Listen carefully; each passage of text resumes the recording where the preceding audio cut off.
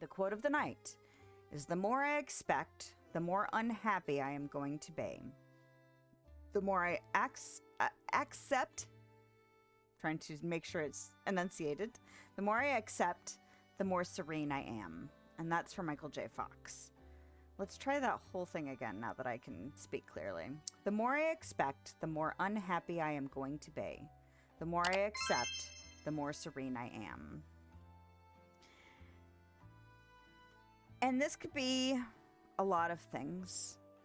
This could be big things. This could be little things. This could be outside of your world, inside of your world, affecting your world, but not necessarily, just your world.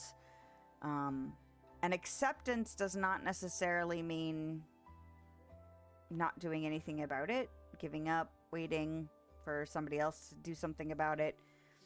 It's more of a staying present thing for me, and just shifting how I deal with stuff, because the expectation generates anger, resentment, negative thoughts, tends to result in outward negativity, so pushing it out against other people, depending on what you're feeling, what you're going through, what you're dealing with, what you're seeing. But I view the accepting part as, okay, we're here, so what are we going to do about it? And to keep it in my bubble, what I'm currently dealing with, I've just had a lot coming at me, and it's been a lot to deal with. I've been dealing with it pretty well, but it just doesn't stop. And that's okay. And these are small things. These are my world things. This is, not big picture, big things going on. But we just recently committed to purchasing our new oven. It took over a year to get it done. And lots of, should we wait? Should we go ahead? What can we do? How, are we going to juggle this new bill? Because I do interest-free financing on it. Fortunate enough to be able to do that, but it did take us over a year to finally commit to it. Got our oven delivered, got to cook dinner that night, and the next morning the electronics stopped working completely on it. So my husband called while I was at work to get it all sorted out. They delivered the new one today, and then didn't have the proper equipment to hook it up. So we don't have a working oven again. Well, we don't even have a working stove. We're even further back than what we were. And because tomorrow is a holiday, we won't be able to get it hooked up until Saturday, which, in the grand scheme of things, is still not that long, still not that bad, still not, terrible, but it is just one of those things where it's really? But we're here now. So, my husband was upset, started to get upset, and it's okay, let's stop. What can we do? What's going on? How do we deal with this? What can we get done? What can't we get done? What do we need to do to get things working? It all got sorted out. It could have been worse. It could have been harder. It could have been a lot more taking frustration out on each other, on the people that were here, the people on the phone, all of that. Didn't require all of that, but it was upsetting in the moment. But okay, regroup. What's that? How do we deal with that? And now, my husband just came out and he's instead of thinking about it it should have already been here, let's just think about, on Saturday, we're going to get our new oven. That's the right way to go. We'll be okay. We have other ways of getting food, cooking our food. It's not going to negatively impact our plans for tomorrow. It'll be okay. No matter how, frustrating it might have been in the moment of discovering the problem. And, we could have, we've had things take longer for delivery and installation before. That was, I think part of it's the expectation that it was supposed to be done. No, it's okay. And my son found out yesterday, I think, that he needed new brake pads. Well, then he needed, no, it was 2 days ago. And he has a certain budget for some stuff he wanted to get. He also wanted some games on sale because Steam has a sale right now. And so he came to me and he's like, there's these 3 games and then there's these brake pads. And I'm like, okay, it sounds like the brake pads are probably the most important thing. So you need to figure out how much they're going to cost. Well, he looked it up online, so it was a wide range of prices. And I'm like, why don't you call the bike shop that is in town that we take your bike to and find out how much it is to go get brake pads? So he did that. And then, like, I don't know, 3-4 hours later, he comes to me, oh, hey, by the way, can we go get those brake pads today? And I'm like, do we really need to get them today? And he's like, well, they'll be closed for the next 4 days.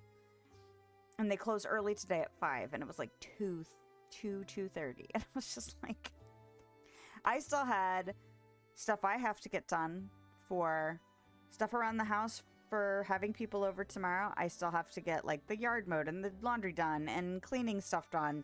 And now we have the stove thing going on. And then I still have all this content creation stuff I got to get done before I leave for a work trip next Tuesday, which means I still have to get all of like I need to write a list of the stuff I'm taking, the stuff I need to go get, like travel supplies, whatever. And like that's all got to happen over the next 4 days to make sure that I can get on this airplane on Tuesday. But I was just like, all right, give me a bit to think about it, figure it out. So I quickly shifted around some things I was doing. Didn't get quite as much done for some of the stuff on my checklist, but knew I had time tomorrow and Saturday and theoretically on Sunday to get that stuff checked off. But it was just like, okay, after my initial frustration, how do we get through it? How do we accept where we are instead of letting our expectations set the tone for the rest of the day? And so we're here now. We've survived all of it. There's still stuff to do, but I get time now, and it's okay.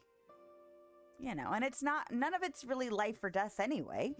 I mean, there are things that can be, and there are things that are bigger, but, you know, okay, how do we break free of that frustration, I wish things were different cycle, and go, okay, what do we do now? What can we do now? What can we control? What do we do with that? Because it helps us clear our heads and hope for positive outcomes. And it's, for me, it's easier to function that way. Staying angry and frustrated and letting that storm keep raging doesn't actually help me get through it. So it takes practice, it's hard, and depending on what it is, it can take a lot of willpower to just be like, okay, what can we do? What can we do about it? What is helpful? What is productive? And most of the time, being active and productive and taking steps towards a better conclusion or a better outcome can energize you in a way that that frustration and anger and raging against what your expectations were can't give you. That stuff is draining. It's not that it's not a catalyst. It can be a catalyst for sure. But, you know, other things have to take over if you're going to sustain working through a problem, working through some of that stuff. So that is, you can apply it to small things, you can apply it to big things, and don't expect it to be easy, because it's not. Sometimes it can be. The more you practice, it can be. But that doesn't mean it's always going to be easy. Even if you're really practiced at it, it can still be really hard. We're human after all. So anyway. And I get 3 hours right now to just chill and move dirt around and make dinks. So I hope everyone's doing well today. I hope you're working through whatever you need to work through, or escaping it for however much time you can escape it for. And if you're joining me here to alleviate stress, to escape for a bit, to giggle at me being ridiculous, even if it's for a short period of time, I appreciate you. And yeah, we'll get to it. Thanks for dropping in. If you want to hang out, I stream live on Twitch and YouTube Thursday evenings and middays on Sunday. I hope you have a lovely day, night, time, wherever you are, whenever you are.